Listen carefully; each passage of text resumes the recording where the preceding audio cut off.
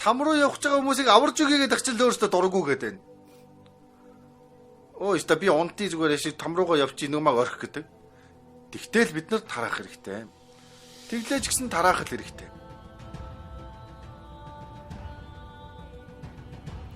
Би өөхөхгүй харин амьдрах бөгөөд эзний үлсийг тунхаглах болно. Аврагдсан хүн яагаад энэ дэлхий дээр амьдарч байна? Энэ сайн мэдээг тараахын тулд.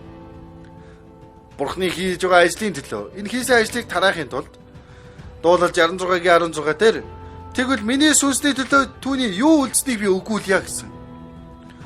Бурхан миний сүнсний төлөө загалмай дээр гүйцэлдүүлсэн тэр ажлыг түүнийг бид нар тараах ёстой. Энийг зөвхөн бидэнд өгсөн биш бүхэл хүмүүст өгсөн. Тийм учраас тэдэнд тараах хэрэгтэй.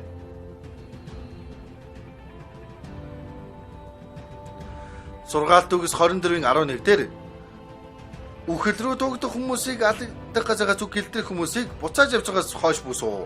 Харахтун бид үүнийг мэдээгүй гэж чи хэлэх аваас зүрхийг чинь дэнслэгч анхаарахгүй гэж үгсэн.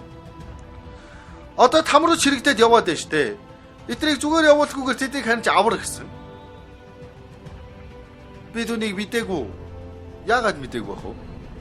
Гэхдээ там руу явах нь тодорхой байх чинь. Там руу явсан ч хамаагүй гэж байгаа юм уу? Тантай хамаагүй гэсэн үг үү? Бид нар л сайн мэдээ тараахгүй бол хэн ч аврагдаж чадахгүй. Одоо биднээс гадна аврагдсан хүмүүс мэдээж энэ дэлхий дээр байж л байгаа, сайн мэдээ тарааж л байгаа бох. Тэгвэл бид нар шиг ингэж баталгаатай. Хүчтэйгээр сайн мэдээ тарааж байгаа зүр тийм олон биш ээ. Өмнө нь их байсан одоо бөхөөд явж байгаа шиг байна. Одоо бидний хамгийн сүүлд хийж чадах зүйл бол өөрсдийн цаг зав, өөрсдийн идэх хөрөнгө, өөрсдийн амиа хүртэл өргөөд энэ аврагдаагүй байгаа сүнслүүд аврагдах бурхны хүслийг гүйцэлдүүлэхэд бид нар хичээнгүй сайн мэдээ тараахгүй байж болохгүй.